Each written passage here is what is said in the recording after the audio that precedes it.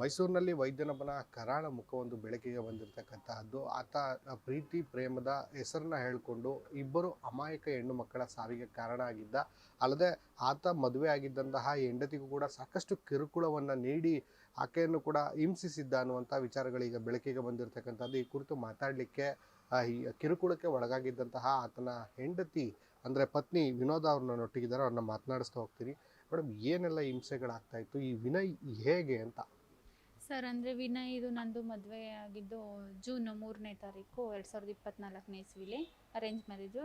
ಈ ಮದುವೆ ಆದ ದಿನದಿಂದನೂ ನನಗೆ ತುಂಬ ಕಿರುಕುಳ ಕೊಡ್ತಾಯಿದ್ರು. ಏನಂತ ಹೇಳಿದ್ರೆ, ಜಮೀನು ಬರ್ಸ್ಕೊಬಾ, ನಮ್ಮ ಮನೆಯಲ್ಲಿ ಮದುವೆ ಸಾಲ ತೀರ್ಸೋಕ್ಕೆ ಅಂದ್ಬಿಟ್ಟು ಜಮೀನು ಮಾರಕ್ಕಿದ್ರು.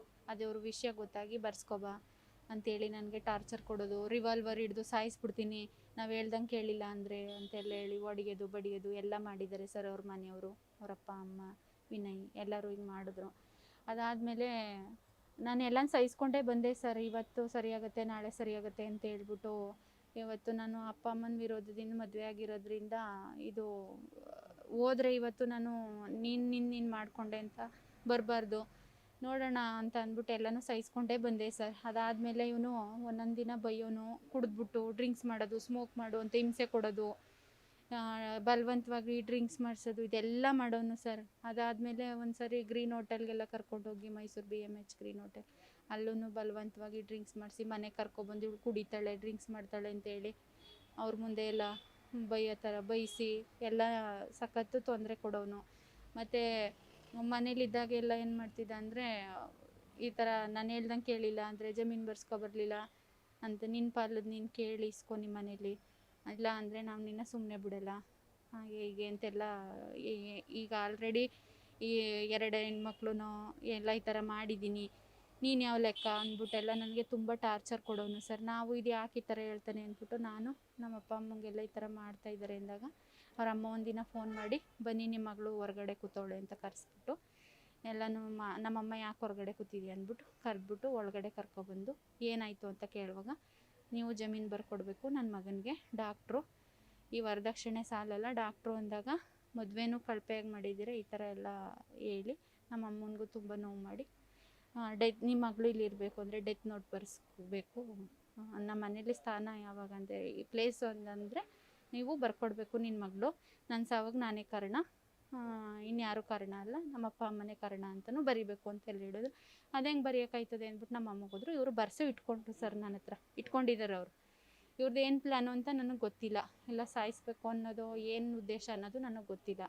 ಈ ಥರ ಎಲ್ಲ ಆದಮೇಲೆ ನಮ್ಮ ಅಮ್ಮಂಗೆ ಪುನಃ ನಮ್ಮ ಅಪ್ಪನ ಕರ್ಕೊಬರ್ತೀನಿ ಅಂತ ಹೋದ್ರಲ್ಲ, ಕರ್ಕೊಬಂದು ಊರವರೆಲ್ಲರನ್ನೂ ಕರ್ಕೊಬಂದು ನ್ಯಾಯ ತೀರ್ಮಾನ ಮಾಡಿ ಸರಿ ಮಾಡೋಣ ಅಂತ ಬಂದರೆ, ಅವ್ರಿಗೂ ಬೆಲೆ ಕೊಡದೆ ಅವ್ರನ್ನೂ ಎಲ್ಲ ಓಡಿಸಿ, ನಮ್ಮ ಅಪ್ಪ ಅಮ್ಮಂಗೂ ಬೆಲೆ ಕೊಡಲಿಲ್ಲ. ನಮ್ಮ ಅಪ್ಪ ಅಮ್ಮ ಇಷ್ಟೆಲ್ಲ ಊಟ ಕೊಡದೆ ಎಲ್ಲ ಟಾರ್ಚರ್ ಮಾಡೋರೆಲ್ಲ, ಬಾ ಹೋಗೋಣ ಅಂದ್ಬಿಟ್ಟು ಕರ್ಕೊಬಂದರು ನ್ಯಾಯ ತೀರ್ಮಾನ. ಆದ್ಮೇಲೆ ಬರೀ ನ್ಯಾಯ ತೀರ್ಮಾನದಲ್ಲೇ ಇದ್ರೆ, ಇಲ್ಲ ಸ್ಟೇಷನ್ ಮೆಟ್ಟಲ್ ಏನಾದ್ರು ಹೊತ್ತಿದ್ದು ದೂರು ಕೊಡುವಂಥದ್ದು ಏನಾದ್ರು ಮಾಡಿದ್ರ ಅಂತ? ಸರ್, ನಾವು ಇದನ್ನ ಒಂದು ಮಾತುಕತೆ ಮೂಲಕ ಪುನಃ ಸರಿಯಾಗಿ ಅವನ ಮನೇಲಿ ಹೋಗಿ ಬಾಳೋಣ ಅಂತಲೇ ಅಂದ್ಕೊಂಡಿದ್ದೆ. ಆ ಟೈಮಲ್ಲಿ ಇವ್ರು ಹೋಗಿ ಹುಡುಗನ ಮನೆಯವರೇನೆ ವಿನಯ್ ಅವರೆಲ್ಲ ನನ್ನ ಮೇಲೆ ಕಂಪ್ಲೇಂಟ್ ಕೊಟ್ಟಿದ್ದಾರೆ, ಹುಡುಗಿ ಚಿನ್ನ ದುಡ್ಡು ಎಲ್ಲ ಹೊತ್ಕೊಂಡು ಹೋಗಿದ್ದಾಳೆ, ನಮ್ಮ ಮನೇಲಿ ಕಳ್ತನ ಮಾಡ್ಕೊಂಡು ಹೋಗಿದ್ದಾಳೆ ಅಂತ ಹೇಳ್ಬಿಟ್ಟು ಕಂಪ್ಲೇಂಟ್ ಎಲ್ಲ ಮಾಡಿದ್ದಾರೆ. ಕಂಪ್ಲೇಂಟ್ ಎಲ್ಲ ಮಾಡಿದ್ಮೇಲೆ ಪೊಲೀಸವರು ಕರೆಸಿ ನಮ್ಮನ್ನ ವಾಸ್ತವಾಂಶ ತಿಳ್ಕೊಂಡ್ರು. ಈ ಥರ ಆಗಿದೆ ಅಂತ ಗೊತ್ತಾದ್ಮೇಲೆ ಅವರು FIR ಮಾಡಿಸೋಣ, ಅವತ್ತು ನಾವು ಹೋಗಿದ್ದ ದಿನ ಸ್ಯಾಟರ್ಡೆ ಆಗಿರೋದ್ರಿಂದ ಮಂಡೇ ಬನ್ನಿ ಅಂತ ಹೇಳಿದ್ರು. ಆಯಿತು ಅಂತ ಅಂದ್ಬಿಟ್ಟು ನಾವು ಒಪ್ಕೊಂಡು ಹೋದ್ವಿ. ಅಷ್ಟರಲ್ಲಿ ಇವ್ರ ಅಮ್ಮ ಹೋಗಿ ಮಾದಳ್ಳಿ ಮಠದ ನ್ಯಾಯ ತೀರ್ಮಾನ ಕೊಟ್ಟರು. ಅಲ್ಲೂ ಅದು ಸರಿ ಬರಲಿಲ್ಲ. ಪುನಃ ಇದು ಹೋಗಿ ಪುನಃ FIR ಮಾಡಿಸಿದ್ವಿ. FIR ಮಾಡಿಸಿದ್ಮೇಲೆ ನಮಗೆ ಹೊಡೆದ್ರು ಹುಡುಗನ ಅಪ್ಪ ಅಮ್ಮ ಅಂತೇಳಿ ಅವರು ಕೌಂಟ್ರ್ FIR ಮಾಡಿಸಿದ್ದಾರೆ ನಮ್ಮ ಅಪ್ಪ ಅಮ್ಮನ ಮೇಲೆ. ಅದರಿಂದ ನನಗೆ ಹುಣಸೂರು ಗ್ರಾಮಾಂತರ ಪೊಲೀಸ್ ಸ್ಟೇಷನಲ್ಲಿ ಇನ್ವೆಸ್ಟಿಗೇಷನ್ ಆಫೀಸರು ಮತ್ತು ಮಾದೇವಮ್ಮ ಅವರು, ನಂದೀಶ್ ಅವರು ಇನ್ವೆಸ್ಟಿಗೇಷನ್ನಲ್ಲಿ ಇನ್ವಾಲ್ವ್ಮೆಂಟ್ ತೋರಿಸ್ತಿದ್ರು.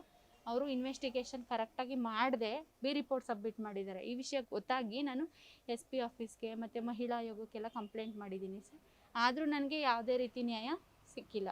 ಇದೀಗ ನಿಮ್ಮ ವಿಚಾರವನ್ನು ಹೊರತುಪಡಿಸಿ ಡಾಕ್ಟರ್ ನಾಗಶ್ರೀ ಮತ್ತು ಗೌತಮಿ ಹಿರೇಮಠ ಅನ್ನುವಂತಹ ಚಾರ್ಟರ್ಡ್ ಅಕೌಂಟೆಂಟ್ಸ್ ಹಾಗೂ ಕೂಡ ವಿನಯ್ ಕಾರಣ ಅಂದರೆ ಡಾಕ್ಟರ್ ವಿನಯ್ ಕಾರಣ ಅನ್ನುವಂತಹ ಆರೋಪಗಳಿದೆ. ಈ ವಿಚಾರಗಳೇನಾದರೂ ಮಾತನಾಡ್ತಿದ್ರೆ ನಿಮ್ಗೆ ಹೊಡೆಯುವಂಥ ಸಂದರ್ಭದಲ್ಲಿ? ಅದು ಹೇಳ್ತಿದ್ದೆ ಸರ್, ಈ ಥರ ಮಾಡಿದ್ದೀನಿ ಅಂತ. ಬಟ್ ಏನೋ ನಮಗೆ ಅಷ್ಟು ಗೊತ್ತಾಗಲಿಲ್ಲ ಆಗ. ಅದಾದಮೇಲೆ ನಾವು ಯಾರೋ ಮೈಸೂರಲ್ಲಿ ಒಬ್ಬರು ಲಾಯರ್ನ ಮೀಟ್ ಮಾಡಿದಾಗ ಅವ್ರು ಈ ಥರ ಮಾಡಿದಾನೆ, ಇವನು ಸರಿ ಇಲ್ಲ ಹುಡುಗ, ಇವನು ಯಾಕೆ ಮದುವೆ ಅದೇ ಅಂತೆಲ್ಲ ಹೇಳುವಾಗ ಗೊತ್ತಾಗಿದ್ದು ಈ ಥರ ಆಗಿದೆ ಅಂತ. ಅದಾದಮೇಲೆ ನಮ್ಮ ಅಣ್ಣನ ಫ್ರೆಂಡು ಸರ್ ಇವರು ಪಾಂಡು ಪೂಜಾರಿ ಸರ್, ಆಗ ಬಂದು ಇವ್ರನ್ನ ಮೀಟ್ ಮಾಡಿಬಿಟ್ಟು ಎಲ್ಲ ಡಾಕ್ಯುಮೆಂಟ್ಸ್ ಎಲ್ಲ ಕಲೆಕ್ಟ್ ಮಾಡಿ. ಈಗ ನೀವು ಕೂಡ ಒಂದು ಹೆಣ್ಣು ಅಮ್ಮ, 12 ವರ್ಷಗಳ ಕಾಲ ಜೀವಂತ ಶವವಾಗಿ ಸಾವು ಬದುಕಿನ ನಡುವೆ ಒಂದು ಹೋರಾಟವನ್ನು ಮಾಡ್ತಾಳೆ. ಆ ಹೆಣ್ಣಿಗೂ ಕೂಡ ನ್ಯಾಯ ಸಿಗಬೇಕು ಅಂತ ಆಗ್ರಹಿಸ್ತೀರಾ ನಿಮ್ಮ ಜೊತೆಗೆ? ಹೌದು ಸರ್, ಅಂದರೆ ಇವಾಗ ಅವರು ಮುಂದೆ ಬಂದು ಹೇಳ್ಕೊಂಡಿಲ್ಲ, ನಾವು ಎದುರಿ ಕೂತ್ಕೊಂಡ್ರೆ ಮುಂದೆ ಫ್ಯೂಚರಲ್ಲಿ ಹೆಣ್ಮಕ್ಳುಗಳಿಗೆ ಈ ಥರ ಅನ್ಯಾಯ ಆಗುತ್ತೆ. ಅದರಿಂದ ನಾನು ಹೋರಾಡ್ತೀನಿ ಸರ್ ಇದಕ್ಕೆ. ನಾವು ದುಡ್ಡುಗೋಸ್ಕರ ಮಾಡಿದ್ದಾರೆ ಅಂತಲೂ ಅವ್ರು ಆರೋಪ ಮಾಡಿದ್ರು. ದುಡ್ಡಿನ ಅವಶ್ಯಕತೆ ನಮಗಿಲ್ಲ ಸರ್.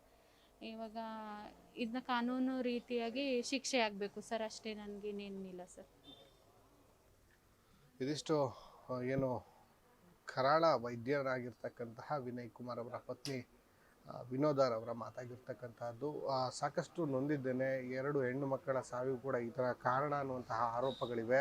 ಈ ಎಲ್ಲ ಒಂದು ಪ್ರಕರಣಗಳ ಕುರಿತು ಸಮಗ್ರವಾದಂತಹ ತನಿಖೆ, ಮರುತನಿಖೆ ಆಗಬೇಕು ಅನ್ನುವಂಥ ಆಗ್ರಹವನ್ನು ಕೂಡ ಮಾಡ್ತಾ ಇರ್ತಕ್ಕಂಥದ್ದು. ಕ್ಯಾಮ್ರಾ ಪರ್ಸನ್ ಕೃಷ್ಣ ಜೊತೆ ಸಂದೀಪ್ ಕುಮಾರ್, ಅಶ್ವಗ ನ್ಯೂಸ್, ಮೈಸೂರು. ಒಂದಾಗುತ್ತೆ ಮೆಹಾಟೋನ್, ಕೇರಳದ ಆಯುರ್ವೇದ ಫಾರ್ಮುಲೇಷನ್. ಇದು ಶುಗರ್ ಮಾತ್ರ ಕಂಟ್ರೋಲ್ ಮಾಡಲ್ಲ, ಇಡೀ ಮೆಟಾಬಾಲಿಕ್ ಬ್ಯಾಲೆನ್ಸ್ ಅನ್ನೇ ರಿಪೇರಿ ಮಾಡಿಬಿಡುತ್ತೆ. ಮೆಹಾಟೋನ್ ದೀರ್ಘಕಾಲದ ಸಹಜ ಜೀವನಕ್ಕೆ ಸಹಾಯ ಮಾಡುತ್ತದೆ.